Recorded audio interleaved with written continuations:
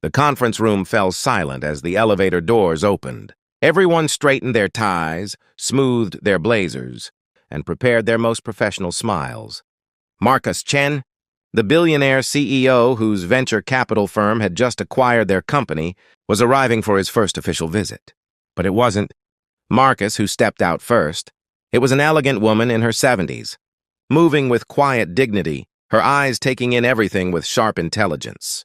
Maya Rodriguez felt her heart skip a beat, not from nervousness about meeting the boss, but because she recognized something in the woman's eyes, the same careful observation, the same way of reading a room that her younger brother Danny had, the way deaf people saw the world.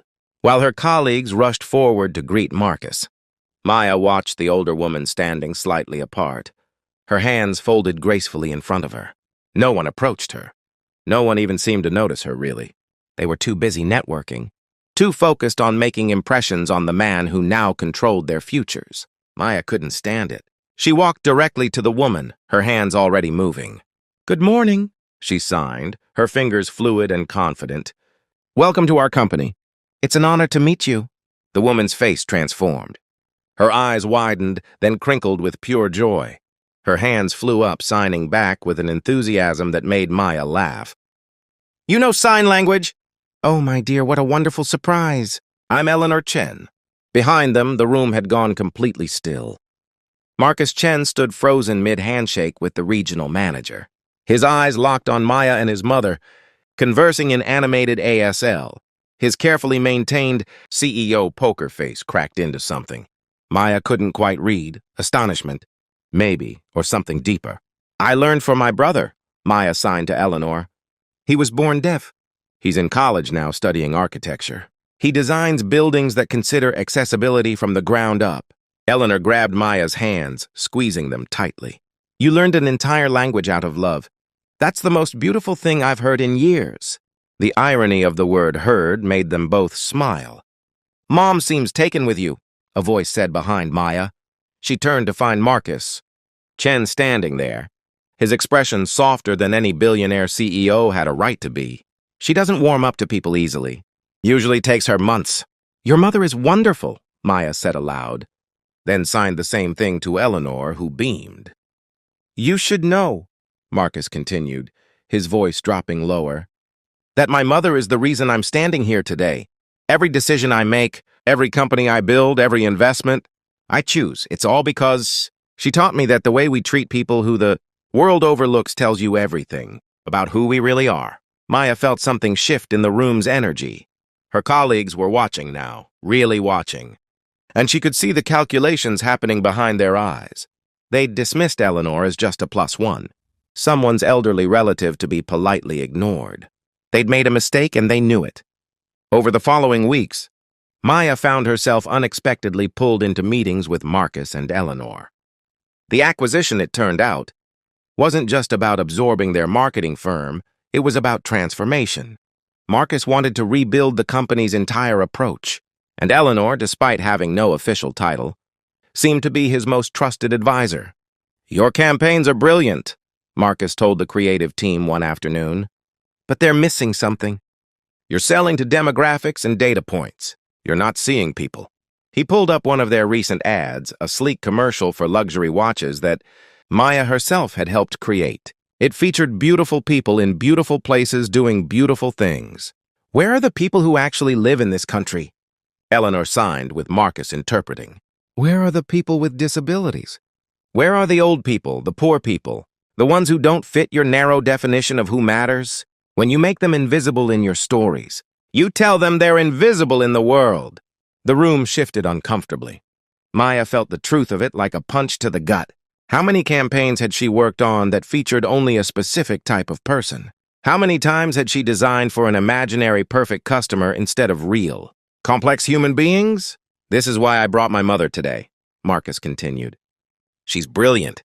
She ran her own business for 30 years, raised me as a single mom, and taught me everything about resilience and strength. But how many of your ads would have featured someone like her? How many of your campaigns would have seen her as someone worth representing?" Maya raised her hand, her voice steady despite her nervousness. "You're right. We've been designing for who we think has money, not for who actually lives in America. We've been part of the problem. Eleanor signed something, and Marcus smiled. My mother wants to work with anyone who's willing to learn.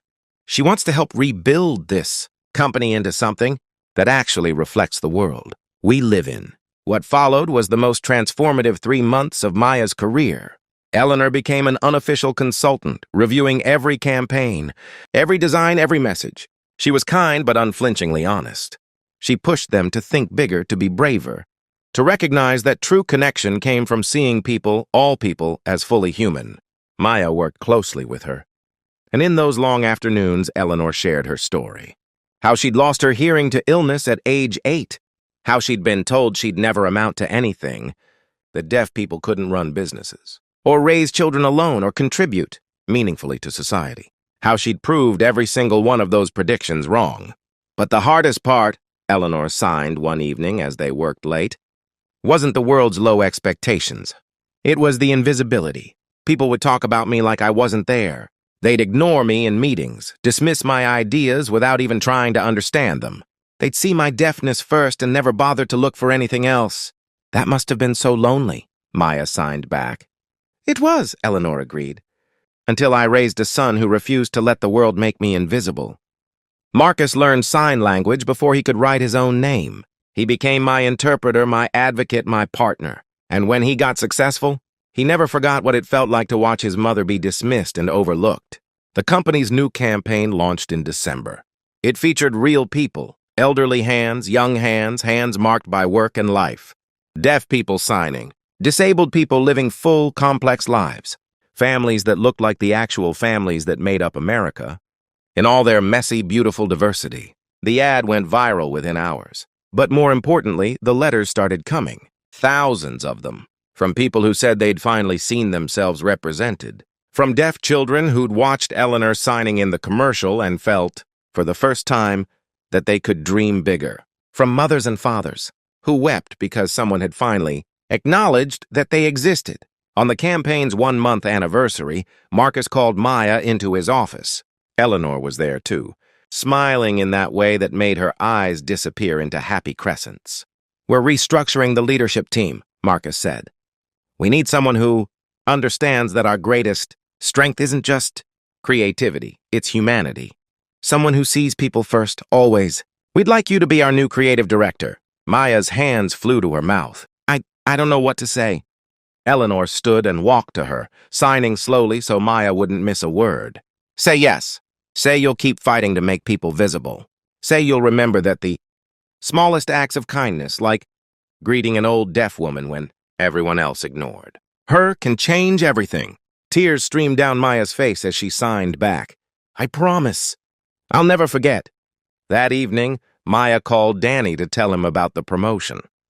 But more than that, she told him about Eleanor, about the campaign, about how his existence and her love for him had somehow led her to this moment.